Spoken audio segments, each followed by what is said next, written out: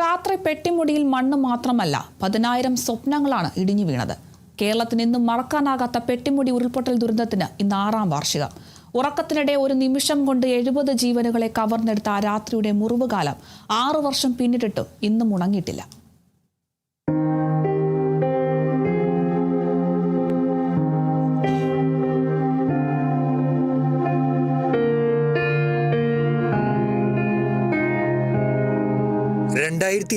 August 6 രാത്രി 10 മണിക്ക് ശേഷമാണ് വനമേഖലയായ കുരിശുമലയിൽ നിന്ന് ഉരുൾപൊട്ടി പെട്ടിമുടിയിലെ ലയങ്ങളിലേക്ക് പാഞ്ഞെത്തിയത്.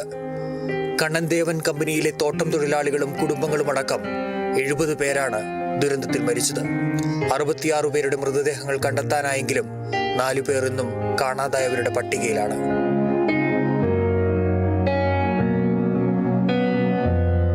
രണ്ട് ദിവസമായി പെയ്ത കനത്ത മഴയ്ക്കൊടുവിലായിരുന്നു ദുരന്തം.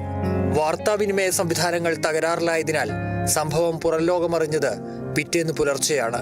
പെരിയവര പാലം തകർന്നതും രക്ഷാപ്രവർത്തനത്തെ ദുഷ്കരമാക്കി.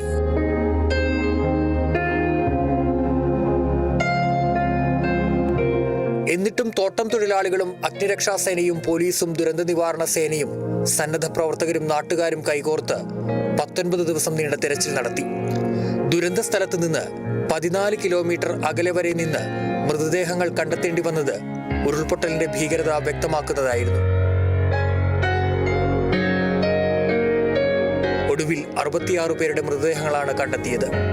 പെട്ടിമുടിയിലെ കമ്പനിയുടെ ആശുപത്രിക്ക് സമീപം പോസ്റ്റ്മോർട്ടം പൂർത്തിയാക്കിയ ശേഷം എല്ലാവരെയും രാജമലയിലെ പ്രത്യേകമായി ഒരുക്കിയ കല്ലറയിൽ സംസ്കരിച്ചു. ഓരോ കല്ലറയിലും അവരുടെ പേരുകൾ ഇന്നും ആ ദുരന്തത്തിന്റെ നേർസാക്ഷിയായി നിലകൊള്ളുന്നു. ആ മണ്ണിനടിയിൽ മറഞ്ഞത് മനുഷ്യജീവനുകൾ മാത്രമായിരുന്നില്ല, ഒട്ടേറെ കുടുംബങ്ങളുടെ പ്രതീക്ഷകളും സ്വപ്നങ്ങളുമായിരുന്നു. ഓരോ ഓഗസ്റ്റ് 6 എത്തുമ്പോൾ രാജമലയിലെ ഈ കൂട്ടക്കല്ലറകൾ വീണ്ടും ഓർമ്മിപ്പിക്കുന്നത് കേരളത്തിന് ഇന്നും മറക്കാനാവാത്ത പെട്ടിമുടിയുടെ ആ ദുഃഖരാത്രിയാണ്.